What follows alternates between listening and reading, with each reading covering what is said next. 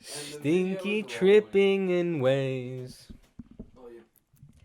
It is December 16th, episode 14 of The Take is coming your way next. Before you do anything, please like, subscribe to the channel, follow us on Instagram and Twitter right here.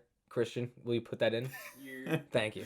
Right on my face. Yeah, right on your face. Mets got their catcher, James McCann, 4 for 40. So after they signed McCann, they're looking on, I think, Springer, Bauer, LeMahieu, who knows. Mitch Trubisky, your guy, Bears blow out the Texans. Who? Deshaun Watson, who? Pat Mahomes, who? It's Mitch Trubisky time, baby. And last but not least, Monday night, Browns-Ravens, game of the year. Lamar, Dookie game, cramp game. I mean, he was in the locker room for a long time. He swears he's not Paul Pierce. No. 47-42 Ravens victory. Their playoff hopes are alive. We're going to dive into that all next here on The Take.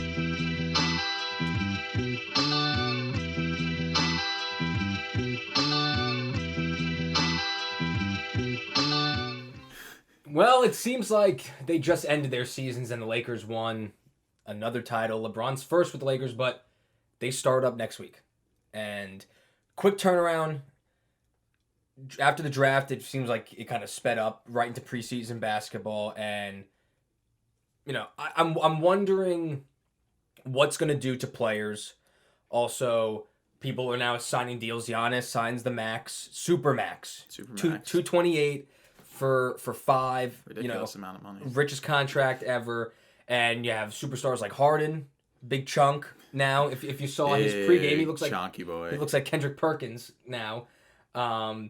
He wants out, obviously still under contract. I'm wondering, what do you expect, I guess, at least in the first few weeks of the 2020-2021 NBA season? You're going to see a lot of load management, as they like to call it, and even the NBA league office has kind of acknowledged that it's necessary, especially for those teams that went deep in the playoffs and only had really a little more than 2 months of rest before this regular season starts, not even the preseason.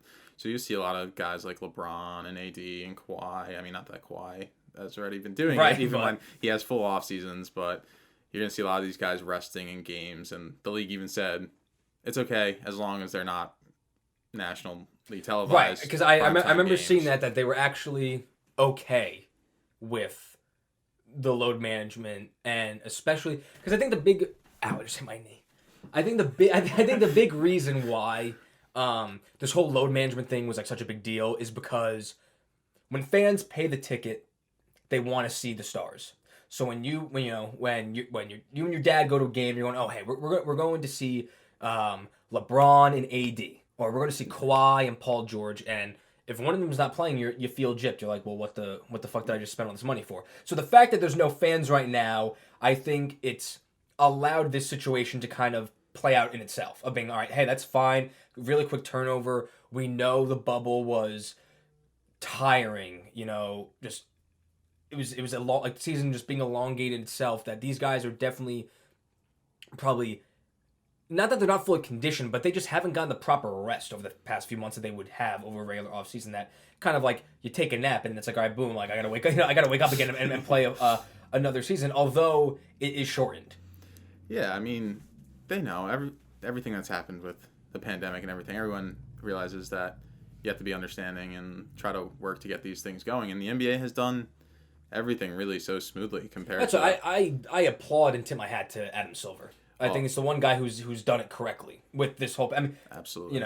I mean, the NFL has done things okay. I mean, a few outbreaks, but they haven't had any issues between the players and the league, which is pretty good. But going back to the NBA, talking about like when you go buy a ticket to see the stars, like have you ever looked for a Knicks game for us and see what the ticket prices are when LeBron comes to town versus when they are for any other game? It's ridiculous how one player has such an impact, and I would be pissed if I went to see LeBron play, or a game where LeBron and AD are supposed to play and spend $100, even more, maybe more, per ticket, and not have them play. And do you think it's different? I mean, not that I guess like away teams should like really care or not. Like let's say it's like it is Lakers, like you're saying, Lakers and Knicks. As the price goes up, right? Lakers coming to New York, and knowing LeBron, I don't think he would ever sit a game at MSG ever. But if that were the case, do you think that then I guess people that are going to Knicks games are getting cheated out of not being able to at least watch LeBron, a guy who's on the West Coast? Like, all right, well, hey, I bought this ticket to see my Knicks, but I'm here to see the best player in the league. Well, yes, because there's no one on the Knicks to actually pay to watch. Well, but that's another. Yeah, a different thing in itself. We're really talking about LeBron, who really doesn't do any of the. He really doesn't do load management stuff. If he sits, he's most likely injured or has something that's nagging him. But just using him as an example, yeah, you definitely get gypped. Like, he's the reason why the prices go up. It's not just because of the Lakers. If he wasn't on the Lakers next, it might be a little more expensive than a normal game. If you stay with the Cavs, if Cavs Knicks, things would have gone up anyway. Ridiculously.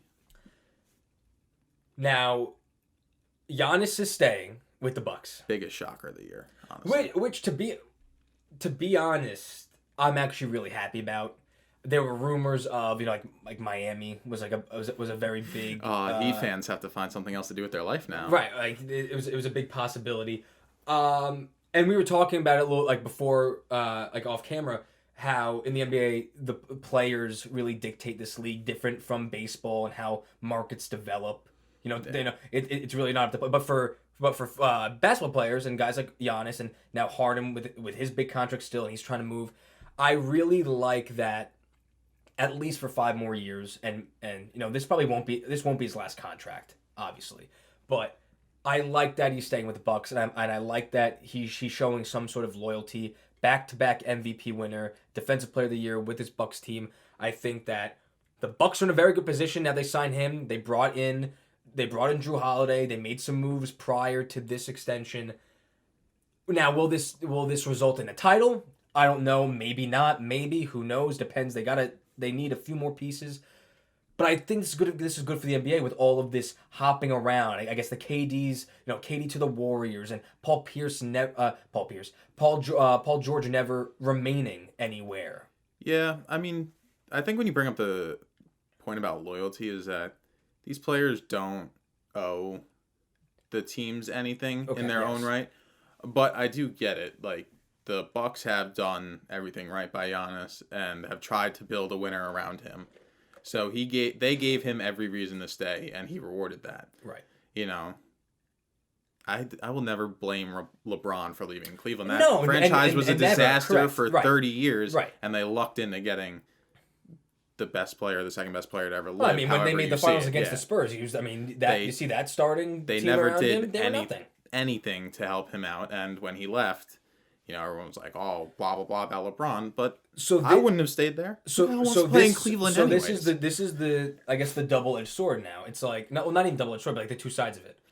So Giannis, I guess sees what's going on in Milwaukee, and he's like, you know what, I'm gonna buy into this. Like, I'm gonna sign this, and I'm sure there's 228 million reasons why he signed. It's the rich deal, but now you have the other side with Harden. And not that the Rockets haven't tried to build a winner, but did they? I think every fan in the world knew that this wasn't like what they were building, who they bring in, like that wasn't going to build a winner at any point. I knew from the moment they traded from Westbrook that it was all going to go to hell, because there's a reason why KD left Oklahoma City, and it's Russell Westbrook. You just can't play with him. You can't. He's a good player, and everyone was like, "Why don't you want him on the Knicks?" It's because you can't build a team around him.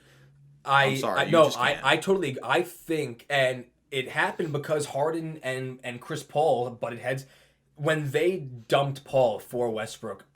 I was like, "You're not upgrading." At the position, really. Okay, yes, is Westbrook more explosive? Does he have an MVP under his back? Yeah, of course. Well, who cares? He averages the triple doubles. Chris Paul, a facilitator, the perfect complement to Harden, who wants to shoot the ball 50 times a game. And this whole small ball thing, I think when they traded Clint Capela, I was kind of like, why? Yeah. They had PJ Tucker playing the 5. Not that he's he's a brute. He rebounds, but when you're playing.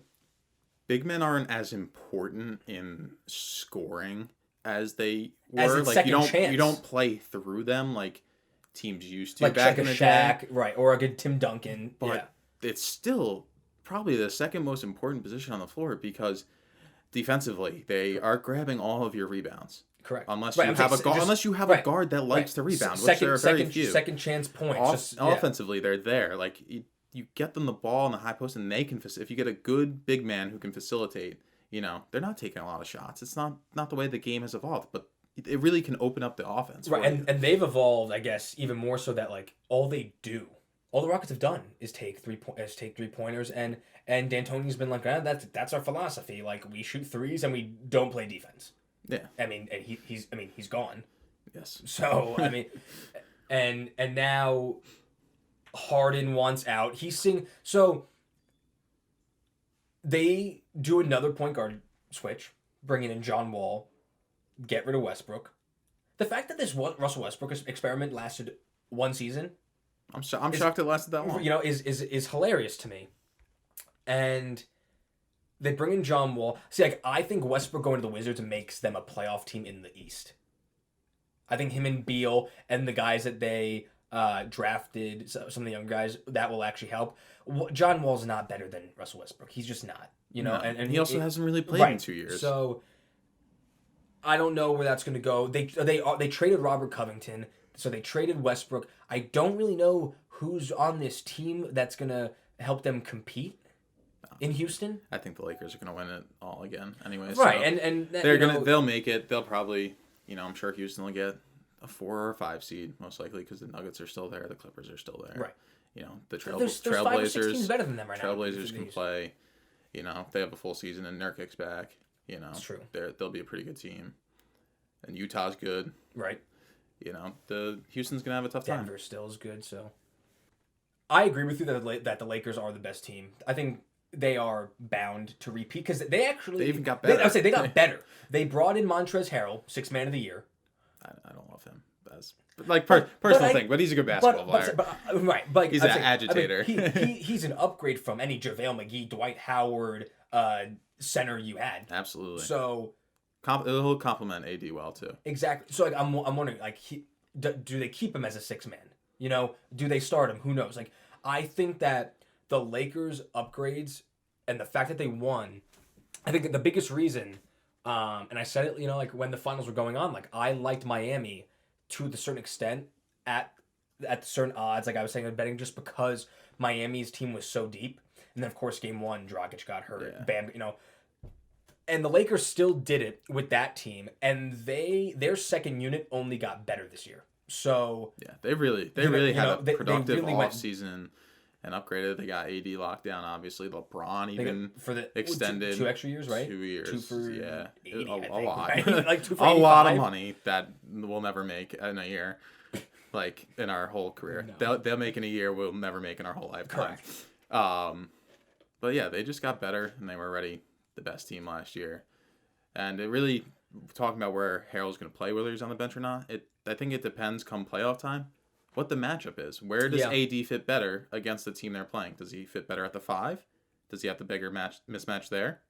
Or does he have the bigger mismatch at the 4? Right, yeah. Because he can play both. That's true. And he excels at both. Too. And that's exactly what they did in the playoffs. I'm just going back to Harden now. I'm just... So we've seen that his interest has grown more from just send me the Nets. I want to play with KD and I want to play with Kyrie. And of course, the Rockets were like, "Well, we're not gonna we're not gonna fall into your demands," because they were like, "If we give you Harden, we want Irving back." They still have him under contract for 3 years. Right. So no rush to move as of right now, it's hey, we got John Wall, we got Boogie, and we have James. This is our team. He's playing for us right now. He's either gonna play or he's not gonna get paid. So I'm wondering where, if a move ever does happen, because I was surprised that I thought that when the draft happened and Westbrook wasn't moved, or I thought that maybe he might have been traded during the draft. The fact that that deal got done after the draft, I was kind of surprised, but I thought it was good. Westbrook for Wall, switch, both really bad contracts, whatever. Both needed, right. Well, not both needed different, but John I Wall think different needed scenery. A change of scenery. Right, exactly. So I think that was good. But now I don't think Harden goes anywhere. But I'm wondering, where do you think he's best suited for in these teams that he, I guess, wants to go to? I don't know how he fits into the Nets. Kyrie wants the ball in his hands. Kyrie wants to be the guy. Kyrie thinks he's And the best player on the face of the Kevin earth. Durant will not be a number 3. KD, he's not. Doesn't have a big ego. We obviously saw he went to the Warriors and he fit in well with their culture, and he's probably the second best player in the world when he's healthy. Correct. He's gonna get his shots. He's gonna make his shots, and he should be the number 1 option on any team that he's on. Correct. Because he might be the best pure scorer to ever play the game. I would, yeah. No, and it's great to see him back on the court. So I really don't see how he fits there, because Harden wants to shoot the ball 50 times. Kyrie wants to shoot the ball 50 times. That's just not going to fly. It didn't fly with just Westbrook when KD played with him. I don't see KD and Kyrie playing super well together. Obviously, they're going to be a good team in the East this week, and they could very well go to a finals. But I don't see how he fits there. Maybe Philadelphia, but again, I thought Philly is probably his best bet, because I think Miami is terrible for him. I think Spoelstra wants nothing to do with that style of basketball. Like, we just saw how unselfish they are. I think this is Butler's team. I don't think they would bring in a guy like Harden to bring down a guy like Jimmy Butler after all he's done over the past year. I think Philly works because they won't, like, they're not that good. Like, in the sense of, like, they don't have shooters, which is why he would fit there. I still don't think it's his style of basketball isn't a great fit, honestly, anywhere besides the team that's been built around him because of the way he plays. But is it a garbage truck? But if he had to, just like hanging out. If he had to go somewhere, I think Philly would. And the teams that have been rumored to be on his list, or that they've even reached out, it would be Philly, just because no one shoots the ball on that team. You don't have a high capable scorer. I also think going with Doc wouldn't be I think Doc would be like a good coach. Yeah. You definitely need a veteran coach to have Harden, because I'm just like, I still think like a 3 of Harden, Simmons, Embiid, and then you still have Tobias. Like, does bringing in Harden make them a top 5 team even in the East? I really, because like I think they're a top 5 team in the East now. I feel like I always like put like the Sixers have never given me a reason to think that they're a top 3 team in the conference ever. They always I feel like they always I feel like since, and it was a few years ago. Obviously they were a shot away from making the final. Miracle shot away. And it was going like, because that game would have gone to overtime if Kawhi missed it. Yeah. So who knows that overtime how that plays out. I haven't seen Embiid. I haven't seen Simmons. I haven't seen Harris. I haven't seen that team improve over the last year and a half. Yeah, I mean, it's hard. They really are better. They don't. The Bucks are better. The Celtics are better. The Celtics are interesting. I don't know how the Celtics are going to play. I think the Celtics are better without Gordon Hayward, to be honest. They might be. I mean, they didn't really have him last year anyways, so right. I don't know. They're a confusing team to me. The Pacers are better. They could be. They might be the 5th, like. I don't know. I think the Sixers can compete with all those temes, though. I don't think any of those teams blow the Sixers out of the water. Maybe the Heat. I just think it's like, they obviously got rid of like Brett Brown and like, I just think there was so much like, they paid the wrong guy. No, absolutely. letting Butler go. Absolutely. And paying Tobias, like. Also, I do like that Butler's with Miami because like it's basically his team, and he's accompanied with like very good young talent, and like I think it's a good shooter, right? It's like for a guy who likes to facilitate at the shooting guard position, small forward position. And he trusts Bam, he trusts Hero, Duncan Robinson, and Dragic is a great veteran piece of that. I think the Sixers have made so many wrong moves in the last 3-4 years that I haven't been able to take them seriously as an organization. Yeah, it's totally understandable with the team. I guess preseason picks. You like the Lakers. I like the Lakers. I don't see. How about from the East? I mean, things could change, but I don't know. It's the Nets are intriguing. They really are. The Nets. I feel like we could see a rematch. I think we could see Lakers Heat again. I really do. The only thing I see that hinders that is how did these teams respond from such a short layoff? A lot of other teams had time, but then again, how do those teams respond for not playing in 6 months? It's definitely going to be an interesting season to see. You're 100% right. It's like, all right, these 2 teams, how do they respond? Had injuries later on in the calendar year, recovering, playing, I would say 2 extra weeks of basketball, right? Because of how it was lengthened out, I guess. Yeah. Because it was what? It was Six, right? Win 6 games. 6. So that lasted out over a week and change. So we'll see. We'll just see. This, the Lakers are obviously loaded with veterans, so it might take them more time to get into the swing of the season. So, I don't know. I mean, I still think the Lakers. Well, it's hard to choose someone to repeat. It's never easy to repeat. I like the Lakers. I do like the Lakers. I don't. I'm rooting for the Heat though. LeBron's still the best player on the planet. It's really not close.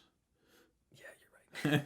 Although the Warriors will be intriguing. I mean, that's Clay, another though, thing, right? Like, is this team back to competing? You have with the drafting Wiseman, Draymond Green has not hit the court yet. Curry's obviously back. I mean, they have Andrew Wiggins. Yeah. This could be another intriguing. Is this the year he finally breaks out for hey. full season? 4 years, 5 years later. I mean, we'll find that out.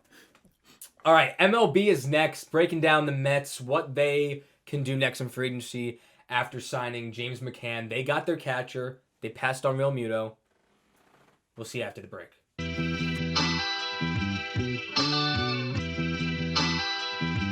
Well, it's your weekly dose of New York Mets baseball talk, I guess.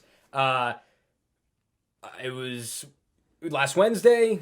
Mets were in deep talks with James McCann. Nick was begging for that news to come out during the show. And it took like 5 days later. But Mets get their catcher, 4 years for $40 million. They bring in James McCann as their starting catcher. I love this move. I think this is the move that they had to make. I thought that JT Realmuto was going to cost too much. His market obviously not developed yet or anything like that. But will it ever develop? The point of what they want? Well, he's not getting what he wants. Let's just be honest. But I think that this is the position the Mets had to. They couldn't wait on. They had to jump on it now because that money to the catcher was going to be the decider of what do we do the rest of the offseason. It was the position they needed. They absolutely needed a player at, and it's why they went and focused on that first. And smart of them not to dish out double the money to Real Muto on a longer term deal than what McCann got. I mean, 10 might be a little high for McCann average, but it's 4 years. If he plays like he has the last year and a half, then it's worth it tenfold. Scott Boras absolutely hates it. Said the Mets didn't let anyone eat their lunch. They just went and got a Big Mac. Scott Boras' quote exactly, because he is one of the weirdest people. Well, did you see how he said JBJ was like a peanut butter and jelly because he's smooth and he covers all surfaces? Like, what a fucking weirdo. I don't know where he gets his analogies it's like from. The most, like, the best baseball agent. Like, he literally... he's something. Yeah. He represents, like, I would say, like, the big 50%, like almost like every big guy, like, free agent. So, yeah. He's a big money. He's a good agent. No, he gets his clients the money. He gets the clients the money.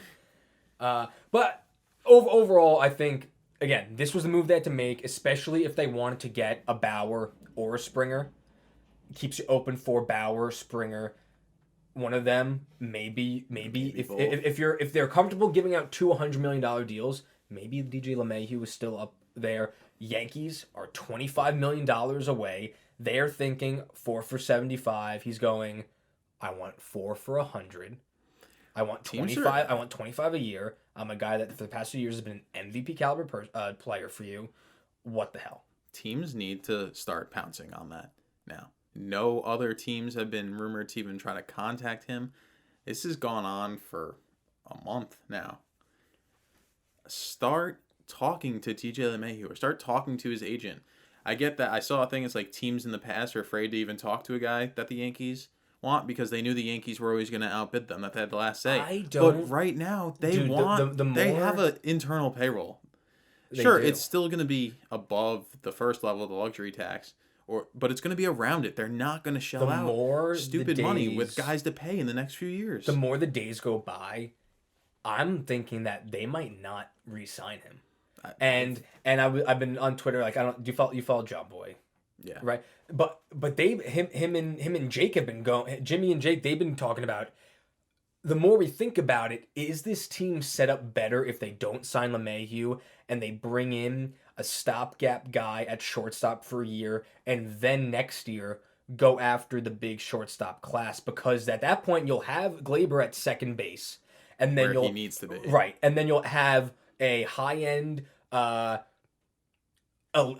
defender in short who offensively is good, and whether that be them getting Lindor, although I think whoever Lindor gets traded to, that's gonna be, hey, we need to lock up this guy. You better if you're gonna trade for but still, him. you have three options. You have Trevor Story, Carlos Correa, Javi Baez, like there's Corey Seager also. I don't know if the Dodgers are gonna re-sign him. So the more and more I think about it, the Yankees could be better suited if they don't re-sign LeMahieu, and that's why I think that there's a chance that he does go somewhere else.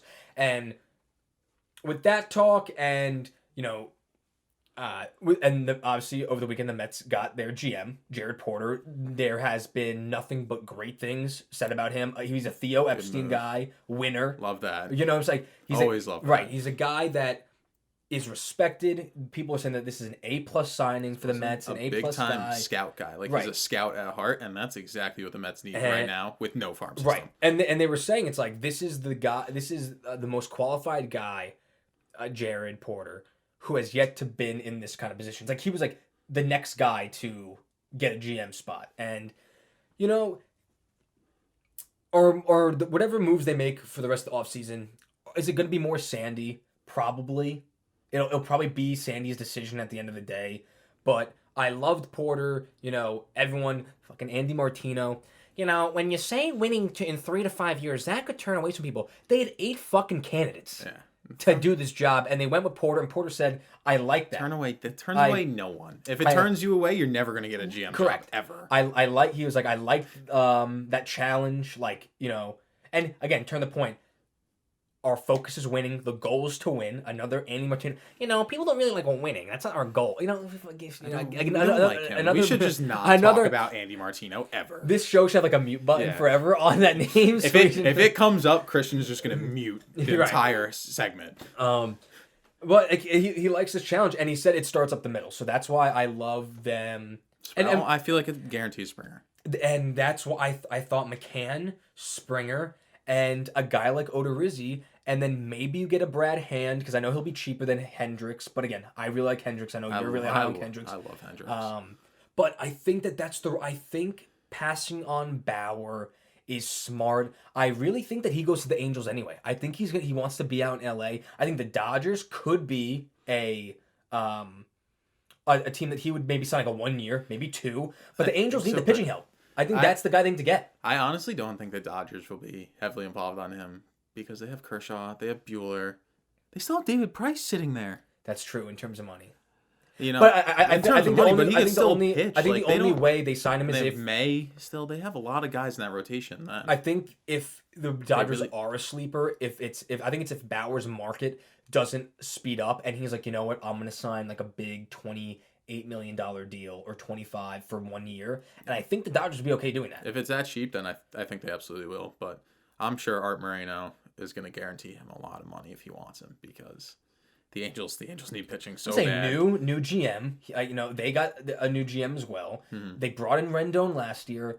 That offense is good. That offense is a top 10 offense in baseball, even with Pujols' contract. And that's another thing too. The fact that Pujols' money's coming off after this coming season, right? No, I think it's next year. Wait, 2021. Oh, yeah, after this full season, that Pujols' money's coming off the books, we can afford to put back like a 5-year, maybe 6-year deal for Bauer. I think that'd be fine. And I mean, we're very similar on the Mets, but I guess there's a few options that I'm wondering, and there were polls on Twitter and stuff. In terms, I guess, what would you rather see? All right, so they got McCann already. So obviously the Real Muto option is that's gone, way abide. Who knows where he goes to? I bet you, whatever. The Mariners, I heard, was really intriguing. Now, I don't know if I heard they were interested, but it was an intriguing thought. I don't know what reporter said it. I could also see Tampa Bay if they decide to. It'd be a huge upgrade. Like Zunino's a good defensive catcher, but couldn't hit the sun. Right, but I think if they're okay with the payroll, I think that Real Muto is a great fit for Tampa Bay. Honestly, one piece they need. The catcher's been the weakest part for Tampa. All right, would you go Bauer Springer, and I know, like, to be honest, that's not one I would. If those are the only two you got, I don't think that helps your team enough. Would you go Bauer Springer, Bauer with relief help, Hendricks, Hand, Springer, and that relief help, LeMahieu and Springer, LeMahieu Bauer, or would you do a LeMahieu or Springer? You pick one of the offensive guys, and get two guys like Odorizzi or Tanaka, maybe like a Taiwan Walker.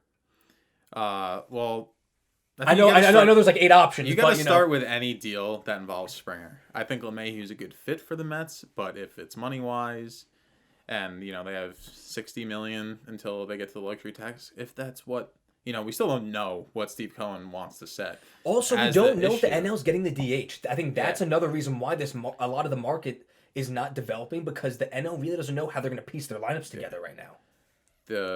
I think anything involving LeMahieu, he fits well with the team, sure, regardless of if they have the DH or not. Right. But he should not be priority number 1 or number 2 right now. Like, he's just like, if we can get him, great. Yeah. But he's not the focus. It needs to start with Springer. I'm not super high on Bauer. I think he's very good, but I don't know if he's as good as the money he's going to command. And with the Mets, it was a perfect time to win the Cy Young in a shortened season for Bauer to hit free agency now. Of course, he's a good pitcher. I don't know if I would give him the contract that he wants or the contract that other teams are going to give him. So I would probably go Springer and an Odorizzi, and then hopefully a Hand or Hendricks. I feel like the Mets will land on Hendricks if they get another reliever, especially because they just signed Jerry Blevins, so they kind of addressed that lefty. I mean, I don't love it was a minor league deal, but Blevins I think it's 38. It's familiar. We know what Blevins can do, like what he's done with the Mets. He was good with them in his stint here. I wonder what Hand and Hendricks are gonna ask for money wise, because I think both of them want to close wherever they do go. And I think if you do sign one of them, I think Diaz gets bumped down to the 8th, which I'm not against. I'm just saying, like, and obviously you're not paying Diaz a lot because he's still on that team friendly deal. Yeah, he's still he hasn't even hit arbitration yet, has he? No, I don't think so. So I like getting Hand a little bit more because he's a lefty, and I know you like Hendricks a little bit better. So whoever it is, I'm fine with. Also, Familia's money comes off after this year. Thank God. The 3 for $30. Like, let's pay him $10 million a year. Thank Brody, you, Brody. You fucking jackass. I think that if they bulk up the bullpen more than like a Bauer, if you get more than an elite reliever than Bauer. I mean, there's a lot of teams on him, but I think Jake Odorizzi is a perfect signing for the Mets. I would love that. And I think he's comparable to like the Charlie Morton, which we wish that the Mets were in more. I think Charlie Morton was honestly the best of it. Not that he's better than Bauer, but I think he was the best pitcher available for the price he was going to get and what you're going to get out of him. Exactly. You know, postseason track record. He's done it. He's won. He wanted to stay on the East Coast. Like, it all lined up where the Mets should have been in on him, and his market just developed quickly. I also didn't think it helped that the Mets were still in the process of trying to get their front office intact. And I remember Sandy was saying, I think the biggest reason why the Mets didn't claim Brad Hand right off waivers when the Indians non-tendered him like as soon as the season ended was that they had to focus on the front office stuff more. They weren't even thinking and working on personnel at that point. So it just goes back to some of the guys they have. I like Lugo in the bullpen, but if you bring in a guy like Hendricks or Hand, I think that gives you the flexibility to move Lugo back in the rotation, although Lugo, again, numbers are better in the bullpen, but you did sign Trevor May. I think Familia pitched really well towards the end of the season last year. Diaz had a very good year last year, and if you bring in a top guy closer in Hand or Hendricks, I think you can allow yourself to maybe just get Odorizzi or get just a Tanaka or just a Walker, then maybe you slide in Lugo into that 4th or 5th rotation slot before Syndergaard comes back in May or June. Well, and that's what I'm thinking too. Like Hand fits the team better right now on paper, but I feel like they position themselves towards Hendricks because you know what's going to happen? They're going to sign a starter whether it's Odorizzi, Tanaka. You think prior to a relief guy? No, just in general. Okay. They're going to sign one. You know they have to.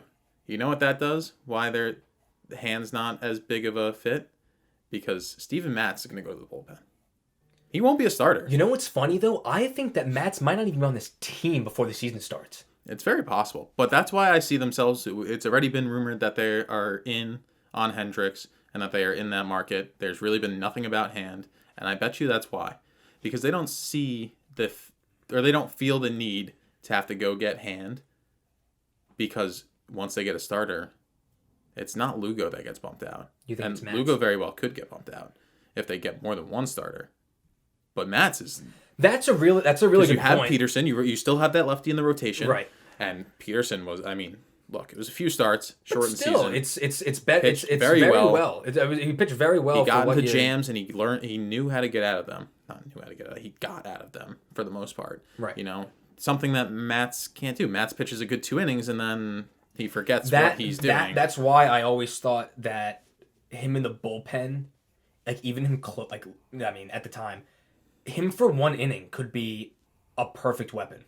Yeah, I think he's better where he is with his career right now. He's better suited for the bullpen.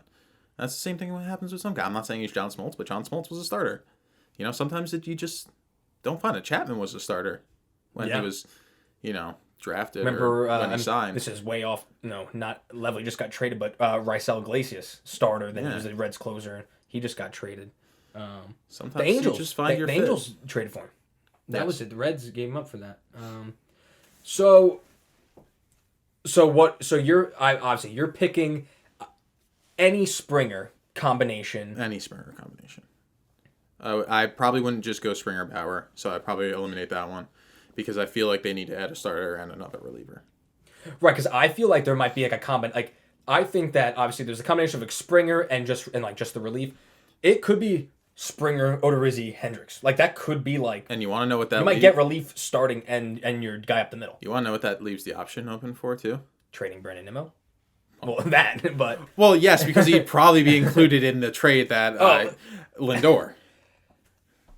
If they wanted to go after Lindor, which it's kind of rumored that they might start to kick the tires on that, they still would have the room if they signed Springer. Because Springer's probably going to... No way he gets more than 20. No way. I think he's going to get like a 5 for 125. Maybe. I don't know if he's going to get that kind of money with the pandemic. It's possible. Maybe 5 for 115 or 110, something like that. Still, he'll be in the 20 range. Odorizzi's not getting more than Charlie Morton. I would say he gets more than 15 million. Right. He probably is going to sign like a 2 for 18. Yeah. You know, maybe a 2 for 20. It'll be around 10 million. Yeah. And then there's no way Hendricks comes in much over 10. So you'd still have 20 million to pay with, and you're trading assets to get Lindor. So you open up more money. And Lindor's not even on a huge deal right now. Right. But obviously you're doing that to sign him. Right. So you're doing that to bring him in and to extend him. And I think in any trade scenario, and obviously we know Sandy was like, we're looking at free agency. We really don't want to do the trades. Now the Rockies calling the Mets, hey, can you take Nolan Arenado off our hands? And as much as I love him, he's the best defensive third baseman in the league. This guy has put MVP numbers up year after year. They're asking for They're asking for Nimmo, which I think Nimmo is truly in any trade that they do. And I still think Mets fans don't appreciate him enough. The actual what he does on base hitting. He can't field in center field. Okay, cool. He cannot field. You might have him in left. He's not a great hitter though either. He gets on base, but I'm saying he's valued OPS wise, just on base OPS, like things like that. It's very on base percentage heavy when you bring in those stats with him, and the way baseball is played nowadays, it just really doesn't. He doesn't steal bases. Not that anyone really steals bases anymore, but he doesn't do that. Like he gets on first, and then the Mets just get out anyway. So it's the way baseball's played. Yes, you need guys who can hit and spread the ball, but he doesn't do that. He just walks. A hit is definitely adds more energy to the team than a walk, even though he sprints on his walks anyways. But he doesn't do much else. And brings bad defense. Right. So and again, like if that's the headliner, if Nimmo is the headliner, of any deal. Like, I'm okay with that, of course. If this came up 2 years ago, I would have been like, okay. If you're going Nimmo and like the rumor was like, all right, they were gonna take Cano, with some of his money to offset the money, and Brett Beatty, and that's their first round pick a few years ago. I really don't want to see them be trading their top draft picks over the last few years, because they did it with Kalenic a few years ago, and who will be in the majors this year? I think maybe so too. even opening day roster. It's right, exactly. So, but the big reason why I don't like is because if they do this trade with the Rockies, you're taking on so much payroll that a trade for a shortstop will not happen. That's the trade. Never mind. I'd rather have the trade for a shortstop. Probably doesn't happen in free agency, because Arenado is not opting out of his deal next year. Well, I'm saying wherever. Here's the thing. He wants out of Colorado, but he probably won't. I don't care if he wins the MVP this year. He's not opting out of that contract. He's steadily declining it's 6 offensively. for 199, right? That's what's left. No, I think it's more. I think he's got over 200 left. Oh, yeah. And he just doesn't fit with the Mets. And Beatty obviously is a third baseman, so if he's what they think he is, that's who Brody will, which again, I don't love Brody, so I don't know if I trust him on what he loved out of Beatty, but he's a third baseman. If he's going to be what they thought he was, then obviously I'm not saying he's going to be Arenado, but shortstop's a bigger need. Yeah. You can plug someone at third base. McNeil can play third. J.D. Davis plays a pretty fine third for everyone who complains about how he fields. He plays it a lot better than you would think. Correct. If there's any trade, it needs to be, it would only be Lindor. And it needs to be shortstop. And I'm okay with them getting rid of Nimmo, because outfield is always a need for Cleveland. They always need a better outfielders. And I don't want to give up on him, but I think I'd rather trade Rosario than Jimenez right now, to be quite honest. If those are your top two in a package, and then I'm wondering, maybe that third guy, is it I don't know who that third guy, but it's going to be a top 10 prospect probably. Yeah. Or top 15. The only guy I don't want them trading Pete Crow Armstrong. The one that they just drafted. He's not even been rumored in any of the trade packages. And so I know there's a chance that he could have been. I mean, if it was Brody, he would have already been out the door. Right. So. But that's the kid that they just drafted. The kid's 19. He's supposed to be like an elite defender, and I think that he's a guy that would come up right around the time that probably Springer's on his way out, if they were to, because he probably comes up in 3 years, 4 years, whatever it may be. I agree with you though, in terms of the Mets. Springer, I'll take Odorizzi, and again, if it's not Odorizzi, I would wave a flyer on Tanaka for a correct price. And I think Hendricks would be good. I think giving a guy like Hendricks a 3 for 30 would actually be a correct contract, and he might not even be demanding that. Yeah, he might get under 10 annually. Speaking of bringing in a guy like Tanaka, Jason Stark was on the Hot Stove on MLB Network the other day, and he posted this trivia question on Twitter. Kurt Schilling made 19 postseason starts in his career. Just 4 active pitchers have started that many postseason games. Can you name them? One of them's a free agent. Schilling's up to the Hall of Fame. Obviously, that's why he putting it into perspective, I guess. Verlander. Correct. Kershaw. Correct. Like, those are the two that I know, like, right off the bat, based off of longevity and experience. And you're missing one. That's Speaking of the longevity, I mean, both of them obviously longevity. Scherzer. No, he's not. Well, yeah. I thought that might be the non-free agent. Yeah. But just think about the free agent right now. The free agent right now. You kind of were just talking about where he might have played for most of his career. I said Boston. You said Boston. Thinking of a big time pitcher in Boston who's still active. Who's just got non-tendered, or not non-tendered, but his deal was up. Just won a World Series a few years ago. Okay, wait, stop. Will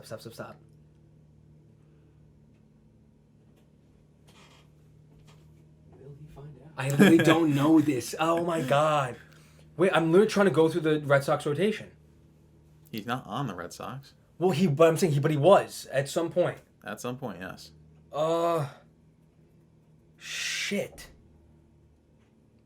You're gonna hate yourself. Dude, wait, no, like you literally can't tell me this. Kershaw, Verlander. Okay, before the free, what would the third one? Do you want to know? No. Give me like a team or teams he's played for. I can't tell you teams he's played for. He spent most of his career in the AL. Okay. Verlander. Kershaw.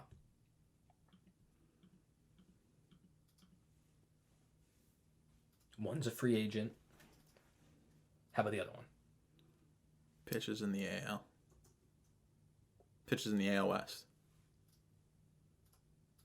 And you already got one of them, which is Verlander in the AL West. So. Greinke is the third one. Correct. I forgot that Greinke pitched not only. How many starts does he have against with Houston now, playoff wise? What did we say? 8? 8. So he has 19 on the dot. Okay.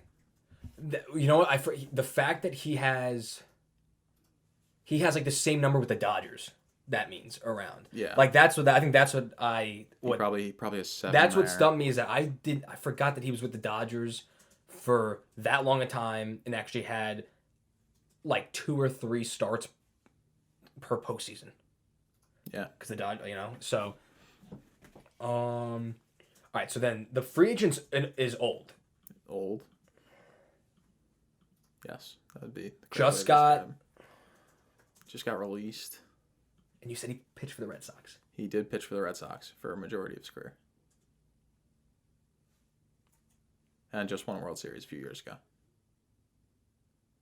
John Lester. That would be him. Surprised it took you that long. Yeah. You know why? I didn't realize Lester was non-tendered by the Cubs.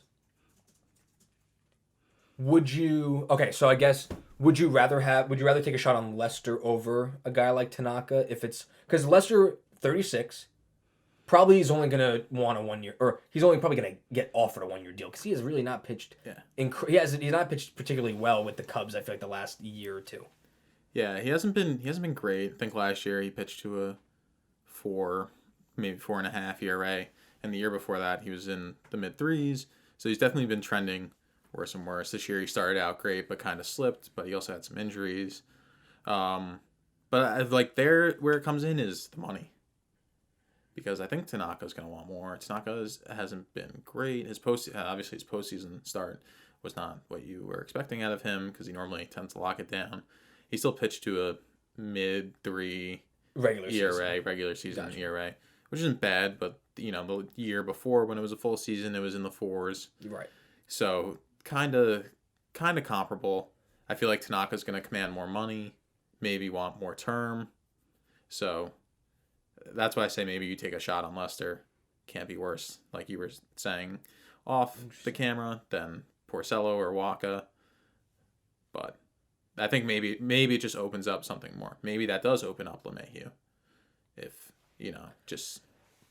The only maybe Lester I'm just in my head. I'm just thinking, I don't want them to trade replace Porcello and Waka for 2 1-year guys again and be like, oh, hope this pans out. We signed for the back end of rotation.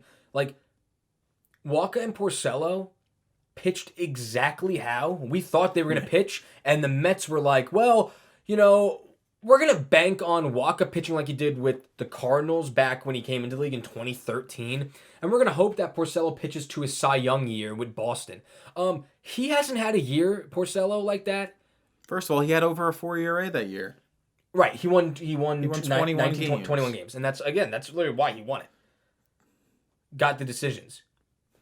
Both guys over 5 ERA. Yeah. And it's exactly what we thought they were going to do.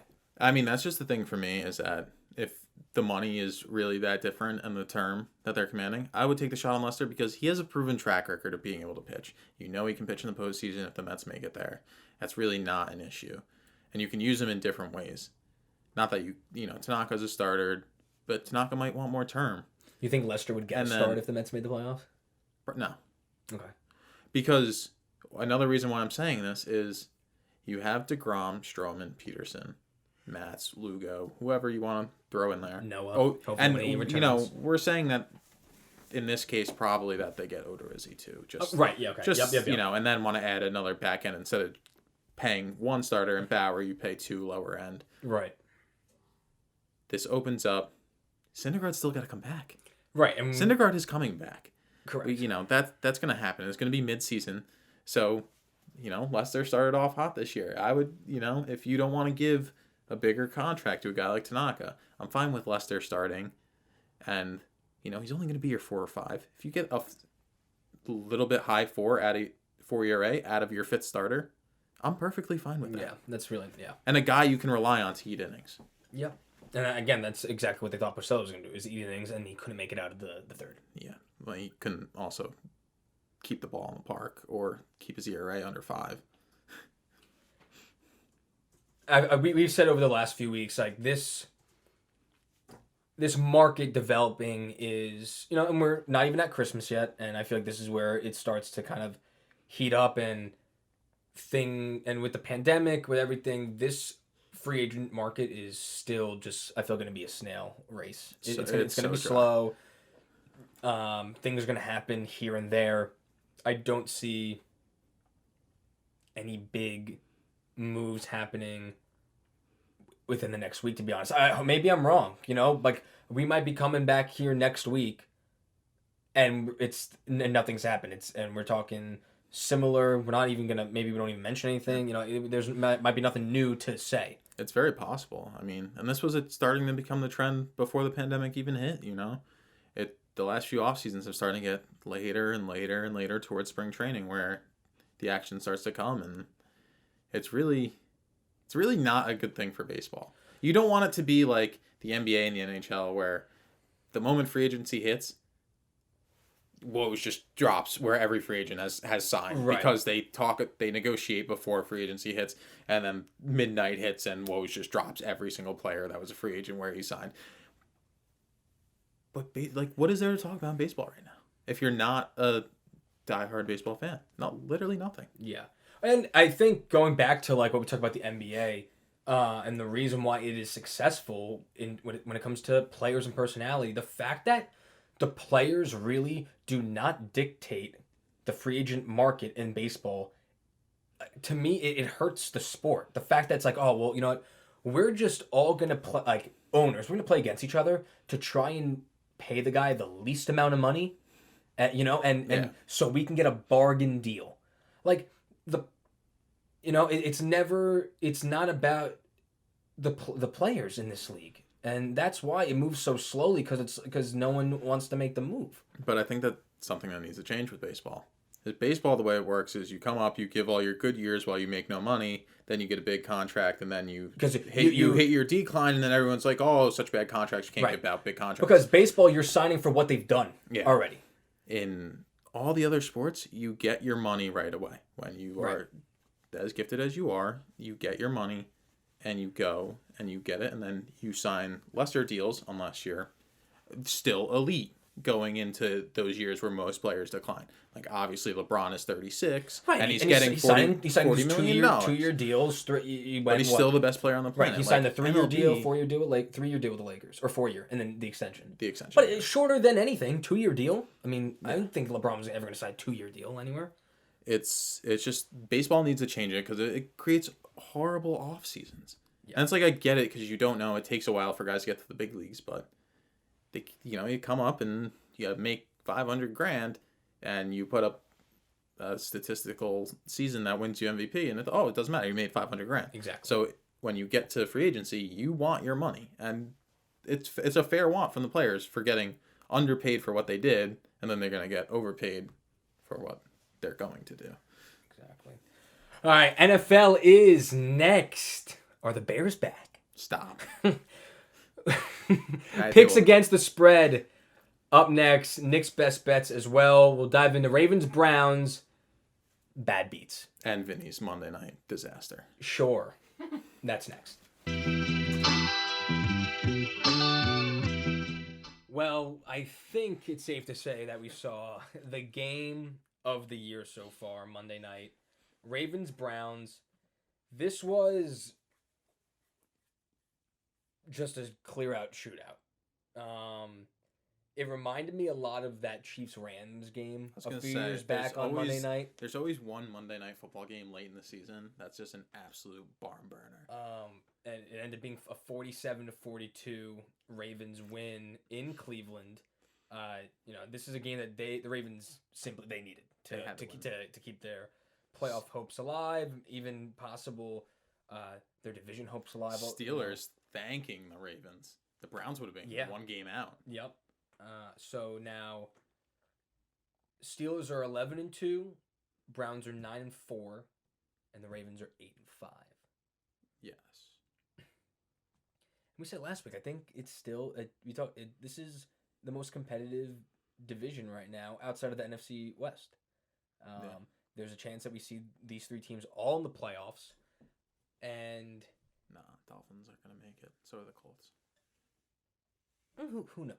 Who knows? I mean, there's still games to play. That's the thing. No, we don't want that to happen. Yeah, I know. Before we go into the matchups of last week, I mean, if you're a Browns +3 bettor, I am so sorry for you. One of those lateral, and let's chuck it in the back of the end zone to force that was so bad to make it a safety. I mean, Justin Tucker, ice in his veins, best kicker to ever step foot on an NFL field, nails the game winner. Was it 55er, right? Yeah, right down the middle. 2 seconds are on the clock. They kick it off. Browns do their, end of the game, try and see what we could do. Jarvis goes all the way back to the end zone and safety. Coming into the night, I was rooting for the Browns. I don't want to see the Ravens win. I don't know why. The Ravens take us through. So Vinny sent me a FanDuel same game parlay. It was a play I really liked, and it was, in terms of touchdown scoring, it's exactly what I thought was going to happen. You had Chubb first touchdown. So you obviously threw in the Chubb anytime touchdown. So obviously you needed the Chubb first touchdown to, just get 2 off the board. So of course that happened. Beautiful. Lamar anytime touchdown. Both hit on the first 10 minutes of the right. game. First 2 drives, if you had, boom, boom. I was pissed. Right. Couldn't get it in because, New York sucks. Thanks, Governor Cuomo. What was that last leg? Last leg was Browns money line. So I could not have been rooting any harder against the Browns come 10 minutes into the game before the game even started, when I was rooting for them to absolutely destroy the Ravens. Once I couldn't get that bet in, and those 2 legs hit, or those 3 legs hit. 10 minutes in the game to go, why the fuck did I put this No, I just couldn't get it. I sent it to my friend. I just couldn't get it in time. I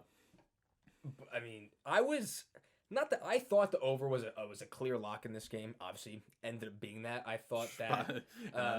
I thought that Lamar looked okay, pretty good against Dallas. After the first 2 drives against Cleveland, you were going, Lamar's going to run for like 120, 150. They didn't even try to stop. He just gashed them, and they didn't even try, put a spy on him. No QB contained. Yeah, no spy. No quarterback spy for him to do anything. Something. Have a linebacker. You have more than enough guys. Have a linebacker. Just watch him. He'll play his zone in the middle of the field and just watch Lamar Jackson. Do you... so we were talking about, got Colts, Dolphins up there. Do you think the Ravens can... if they play like they did against Cleveland, obviously the defense did not play. No, again, shootout. Do you think the Ravens are, now that they're fully healthy, Mark Andrews played this past week, he had that big 40-yard completion. Lamar's running around. Mark went, on the sideline, went upfield. That's his favorite target. He didn't throw he dropped back 11 times. He threw the ball 11 times. Yeah, it was something like that. He did not have a good game through the air. Good enough. He ran to the locker room. He said he was cramping. Many thought he was taking a dump. And of course, He swears he did not. McSorley comes in. Looked like I thought he tore his ACL or something. He did not plant well on that right leg. And of course, like Superman, you see him got hurt, and Lamar, he's running out from the tunnel. First snap, really weird timing. Came in 4th down to break to come out of the pocket, throw a nice floater to Hollywood Brown, touchdown, and it was the script. I mean, yeah, it's what they need, and they have a good shot at making the playoffs. The Dolphins and the Colts and the Browns are obviously ahead of them, but the Dolphins have the toughest remaining schedule out of those three. They play the Patriots. They got Patriots at home this week. They play the Bills. Yeah. And then there's 3 games left. Right? Yeah. And I don't know who it is. I just know they play those two. And again, it's 2 divisional games, so it's gonna be a tough one, especially with Buffalo playing it like they are. Buffalo, top 3, top 2 team right now in the NFL. Last team is, but I don't know. Your Bears, though. Stop! I will not let them. Here's the thing, Mitch Trubisky, all the slander. They should have never benched him. Better record. That's what. Than Deshaun Watson as a starter. I mean, a lot more goes into that. Of course, but 267, 3 touchdowns. They blew him out, 36-7. I told you. We mark it down from last week. Vinny took the Bears plus, back, and he took them outright. He said, "I'm taking them outright." I said, "Lock it in." Last Wednesday, lock it in. You wanted the Texans, and this show is very much a David Montgomery praisal shine or something. That is one way to say it. First carry, 80 yards. Ends up going 11 carries, 113 with that 80-yard touchdown run. We've talked about it. His yards after contact are nuts. They're right up at Derrick Henry. And what would you say to me? What was the expected? The expected run. Gen Stat said that he had 73 yards over expected on the 80-yard touchdown run. So literally 7 yards expected went to the house.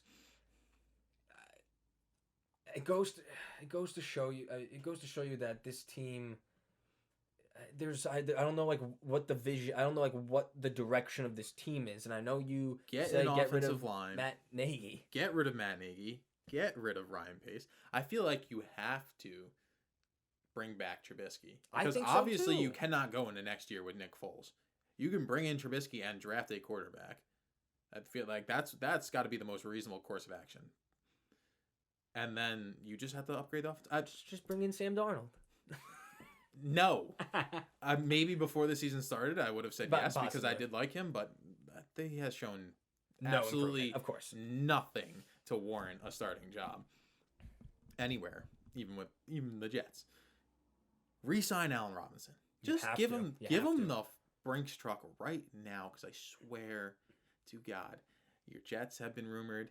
If I hear Twomley talk about him going to the Colts one more time, I'm going to bash all your heads in, especially if it does happen, because I will not be able to take that. The Jets make sense, though. If they end up going 0-16 and then bring a guy like Trevor Lawrence and you immediately have a number 1 receiver in Allen Robinson. Oh, both those destinations make sense. Right. I don't want to see it, though.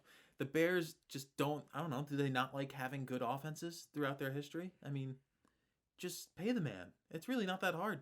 Right. What needs to happen for the Bears to get in? Right. Playoffs? Well, they got to beat the Vikings this week. They have to. Obviously, they have to. Starts because the Vikings is the one team that they're really going to be jumping. Yeah. Correct. Right. Well, the Vikings are not. The Vikings are the only team ahead of them out. Yes. Gotcha. Okay. And then there's the Cardinals. So the Bears need to win out, and the Cardinals need to go 2-1. Okay. Or the Bears can go 2-1. The Cardinals can go 1-2. The Cardinals don't have that hard of a schedule. Right. I feel like the only game they might lose is the 49ers division game. You never know what's going to happen there. Although it's going to be in their home stadium. I don't know if they're the home. Right. They're technically the home team for that. It will be in their home stadium no matter what. I mean, they play the Eagles this week. The Eagles this week against the team that the Eagles with Jalen Hurts now. He's starting. They looked okay. They looked like they wanted to play. Rejuvenated. Yeah, competitive. Exactly. And they took it to a Saints team that was the number 1 team in the conference. Exploited the flaws in Taysom Hill's game. Correct. It's just a shame because I think again, you could pick apart like, well, if you had last year's D or 2 years ago's Chicago defense and this who knows what's gonna happen. I think that at some point things are gonna click fully at some point. The Bears. I think the Bears have too many actual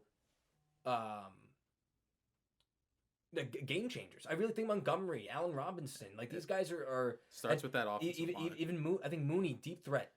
Very good. He's gonna be very good. And that's another reason why Robinson needs to stay because he cannot. He can't. Mooney's gonna be very good, but he's not yet. He needs to be able to develop, and I don't know. They just got so many problems. That team 2 years ago, very well could have won the Super Bowl with Trubisky at quarterback when they went 12-4. They very well could have won every game that they played that year. They had the Hail Mary that got caught on the 1 yard line against the Patriots. Right. They didn't go for 2 against the Giants. Cody Parkey sucks and missed a field goal at the Dolphins to win the game. Cody Parkey actually stunk up Monday night as well. It cost the Browns 7 points. Love to see it because the Browns would have won the game. Right. And then I forgot what the other loss was that year.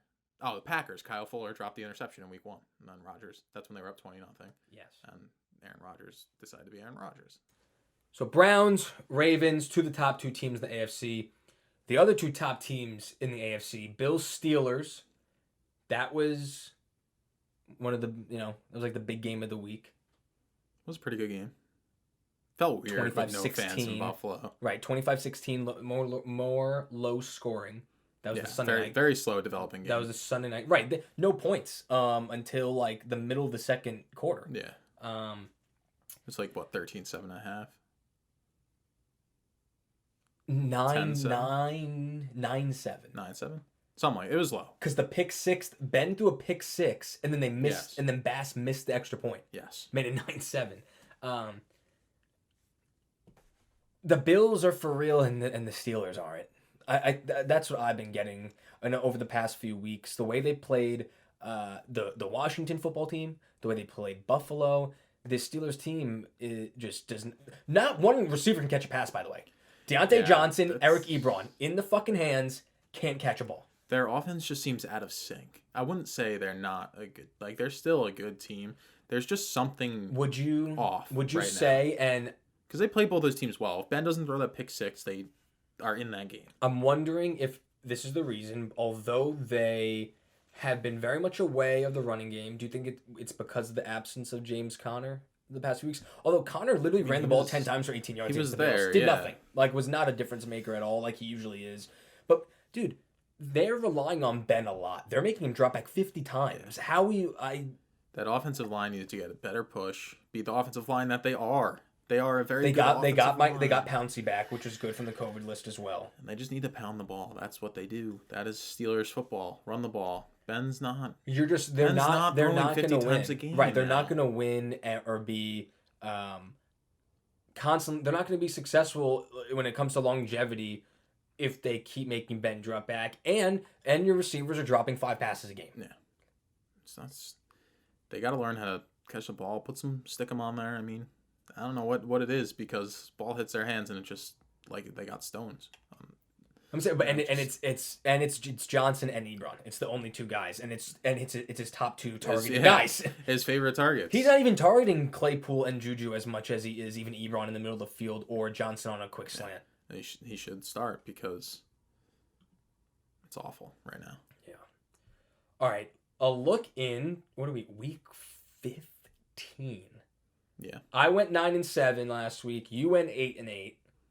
So my total record is 45-42-1.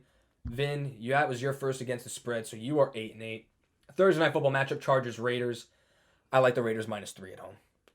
Yeah, I think it's going to be a close game, but the Raiders really need a win right now. And I just haven't been able to trust the Chargers. Although they got a nice win last week. But against a team that we exactly like them, good enough to win games, always beats themselves. So it was one of them had to win. They did play very well. It was very low scoring, which I was kind of shocked between those 2 offenses. Yeah. But the Raiders should win this game. They're at home, and right again they're fighting for something too. They just got embarrassed by the Colts, honestly. Yeah. So 7-6 Raiders. Bills at Broncos. I'm taking the Bills -6.5. Bills playing great football right now. They're playing great football.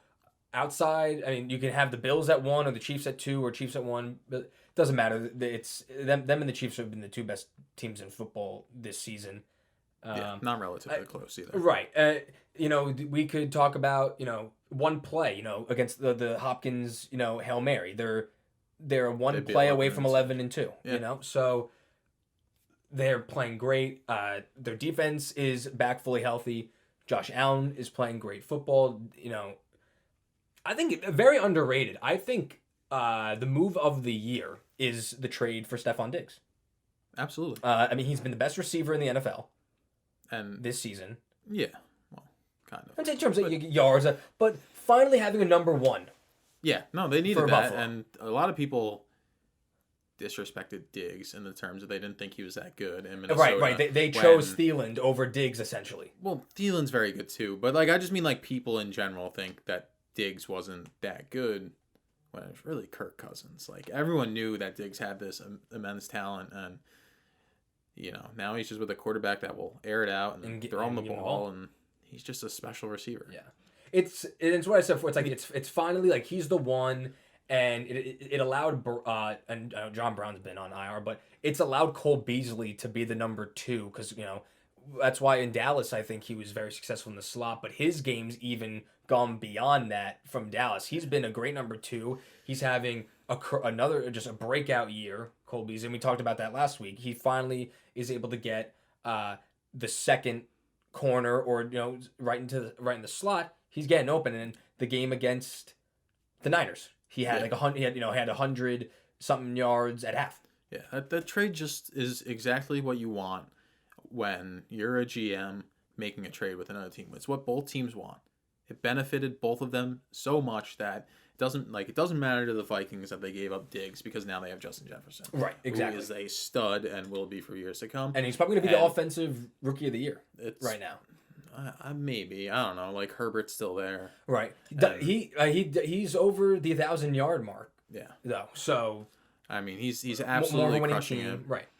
And then Diggs is absolutely what the Bills needed. The Bills didn't have a number 1 wide receiver to pair with Josh Allen, and now they got it. And look at how much better that offense is. Right. They still really need a running game. Right, and it's funny. I feel like that might come back to bite them in playoff football. But my buddies and I in our group chat, from last week ago, a bunch of Buffalo fans, and there's they're the one damper in that, or the depleted part is that running game, and not that. And I think it's just because Allen carries the ball. I think Singletary is still gonna be a good back, and probably not in Buffalo. But I think Singletary Moss, it's not a bad tandem. And they were saying while we were watching Monday, they were like, man, I really wish that the Bills gave a chance to Kareem Hunt, because I think that if it was, and not that Singletary's Nick Chubb, but no, I think, but I think Singletary and having, and kind of the dual back, but having Kareem Hunt slotted for the Browns in that third down role,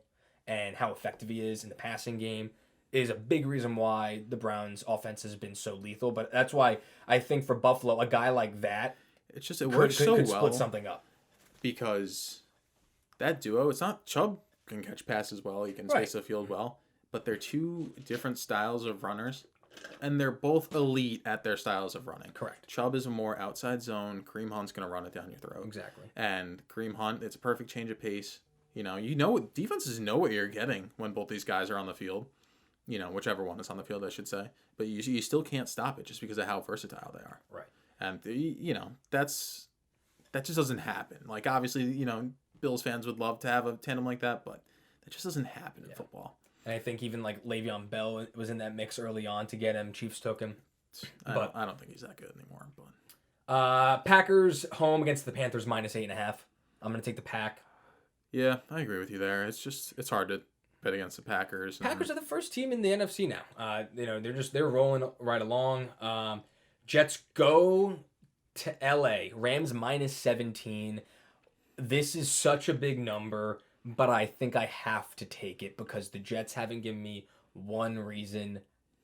I can't take the Jets, so I agree. Right. I mean, you took them plus 13.5 I learned my week, lesson. I thought 2 touchdowns was too much. I was like, Russ and them are going to kill them. They won 43. Because, the Seahawks were playing absolute duty. It's not even like that I like the Jets in that matchup. I didn't like the Seahawks, but I gotta take the Rams there. This is interesting. Bucks -6 at the Falcons. I'm gonna take the Bucks. This number could be kind of like a trap. Yeah, Game I would in advise Atlanta. if you don't love it, don't bet on it because division game. Falcons always find a way to win to keep a game. it close and blow it or something like that, or just win a game outright in the division that they probably shouldn't win. So I like Bucks -6, but just be careful. No Julio Jones last week. Who knows his status for this week? Things like that. That's why I'm going to go with the Bucks. Niners -3 at Dallas. Cowboys played good last week against the Bengals. Playing some decent football when Dalton starts, but I'll take the Niners though. I just think it's just you gotta take the Niners. I mean, obviously the Cowboys are still in the playoff hunt, but so are the Niners, and the Niners just keep getting more healthy. So. Right. They're getting and honest. I mean, down the line, I'm wondering. They're saying that Kittle has a chance to play the last 2 games of the year. I don't know why he would come back. They're saying the same thing with Garoppolo. They should both just sit, get healthy, worry about next year. They sneak in what they're gonna get demolished by. Who's the 2 seed? The Saints. Yeah, get demolished by the Saints anyways. Okay. Lions versus Titans. I'm taking the Titans -10.5. I don't like that. I know you like the Lions +10.5. Since the Titans are rolling. That's just I mean, and the Lions are just again. There's a lot of just not good football teams in this league right now. Yeah, but ever since they cleared house, they've been playing some good football, and Stafford has looked really good the last few weeks, and that offense is churning. I think that defense is better than they look on paper at times, and I don't know. I just don't think the Titans are an explosive offense. In terms of just like relying on Derrick Henry. Yeah, I think if Henry doesn't go off for 2 to 3 touchdowns, they're not gonna. AJ Brown is a stud, and so is Corey Davis, and Tannehill can absolutely sling the ball, but I just see the Lions keeping this closer than 2-score game. All right, we'll continue on. Texans at Colts. This is one that I think is similar to Bucks Falcons, in the sense that it's division. One team that is playing obviously is just not that good. But I'm gonna take the Texans +7 here. It's a fair take. I mean, I don't know. They just got absolutely beat up by a good Bears defense, and a good Bears defense that had something to prove after the last few showings for them. But the Colts also have a ridiculously good defense. They're at home. Yeah. That offense is starting to roll. They're starting to learn and rely on Jonathan Taylor, which, and Rivers is finally getting T.Y. Hilton back into the offense. Rivers looks good right now. What you thought you were getting out of him when you signed him to that deal. And I think that they're too good of a team to not cover this. Texans, Colts first time. Colts won 26-20. So using this model, they covered this number. Don't know what the number was a few weeks ago, but they covered this number the first time they might have been last at home, since the Texans were at home now. Right. Patriots, Dolphins. I'm taking the Dolphins -2.5. It's down the middle. Dolphins at home, and obviously Brady's not there. We all know Miami was Brady's kryptonite, but Patriots, just that offense is so bad. Like we overestimated, and I remember I had it. Remember I was picking the Rams before we did. And I switched it because I thought this was like the trap with Belichick. Cam Newton looked like absolute garbage again. Just for all you out there, you know what's going to happen this week. Cam Newton's going to throw for 400 yards. Dolphins are going to get obliterated. We're going to look like idiots. I mean, we are, but... But... I love Dolphins 2.5. Right. Dolphins have to win this game. Right. I'm wondering if the Patriots are even a good team. I mean... They're an average team. I wouldn't say they're good. AFC is stacked, which is hard, They're a middle of the pack team. They'll be getting a mid-teens pick. Talk about Mike Gesicki.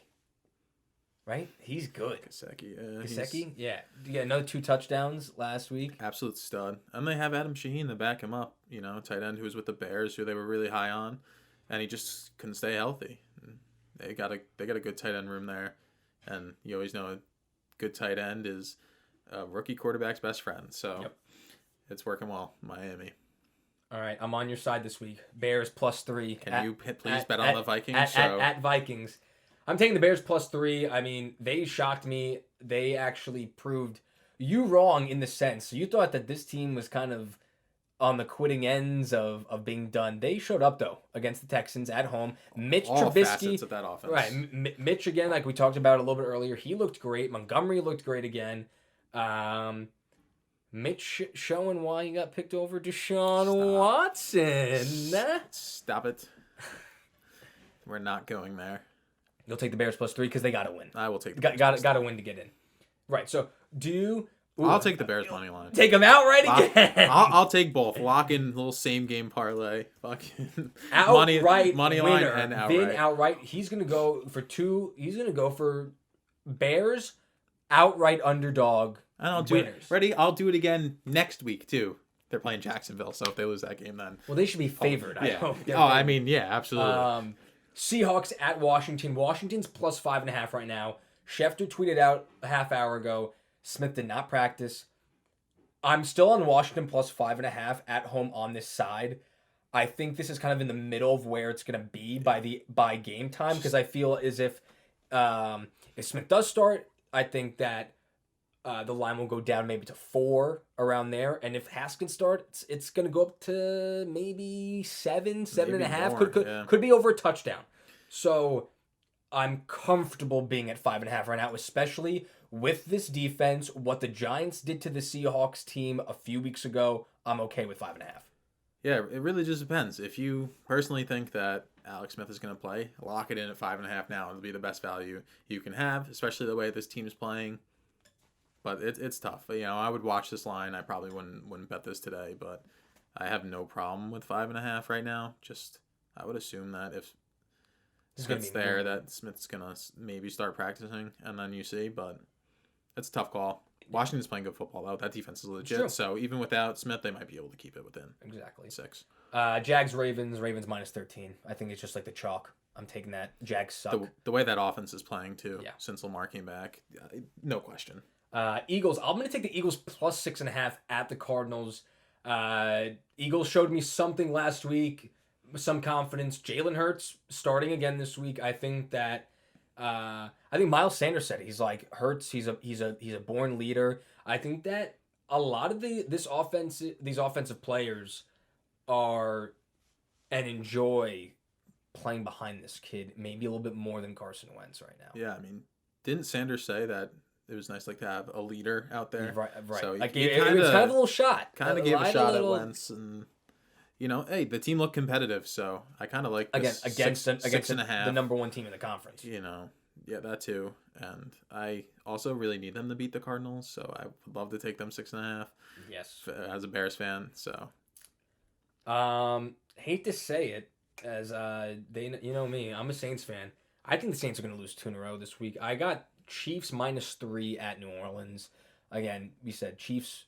They are, again, they're the best team in football. They're playing flawless, not flawless, but they're playing the best football that the NFL has to offer right now. I think they're better than they were last year. Yeah, I would agree, and I think Travis Kelce is going to be the offensive player of the year.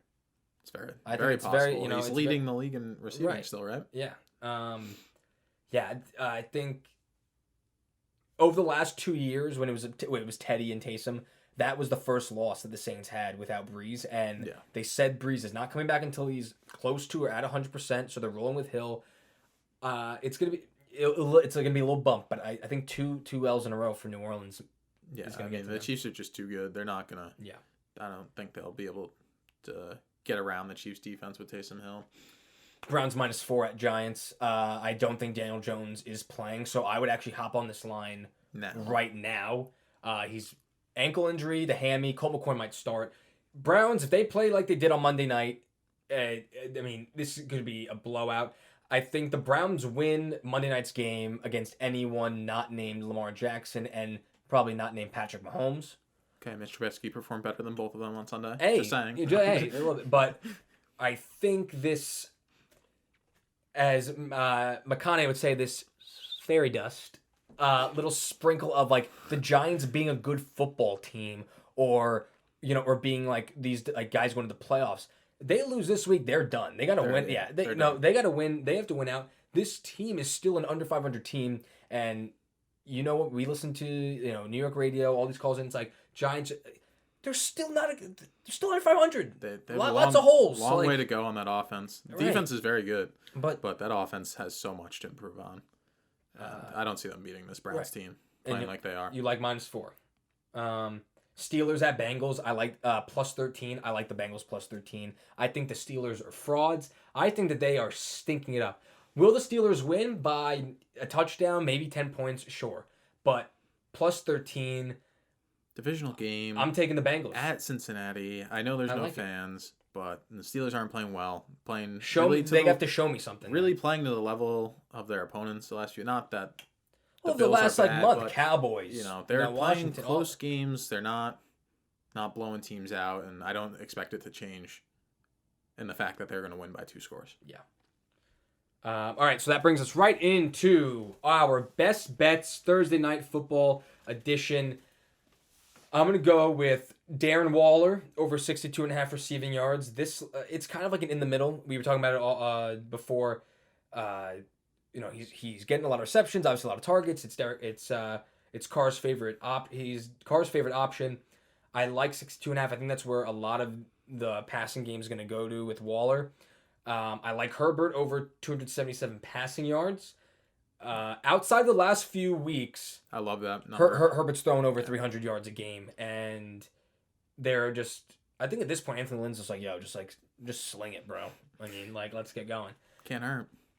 And this -105 Keenan Allen anytime touchdown scorer, I think at around even odds right now. I think that good value. I mean, Allen's been easily Herbert's favorite target. Eckler just came back. Obviously, he got targeted 16 times a few weeks ago, but Eckler was hurt, things like that. Keenan's been his number one guy through it all. So Darren Waller over 62.5 receiving yards. Herbert over 277.5 passing yards. Keenan Allen anytime touchdown scorer. I like the Raiders here because they have to win. I am